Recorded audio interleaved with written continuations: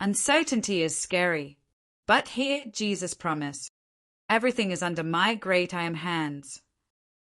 Engage the Holy Spirit. Talk to Him. Let's pray. Holy Spirit, where you are, there is freedom. So help us, Lord, the Holy Spirit, as we have been given you as our immediate helper and comforter.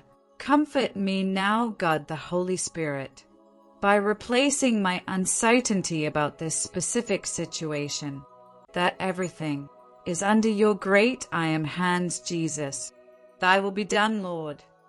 Amen.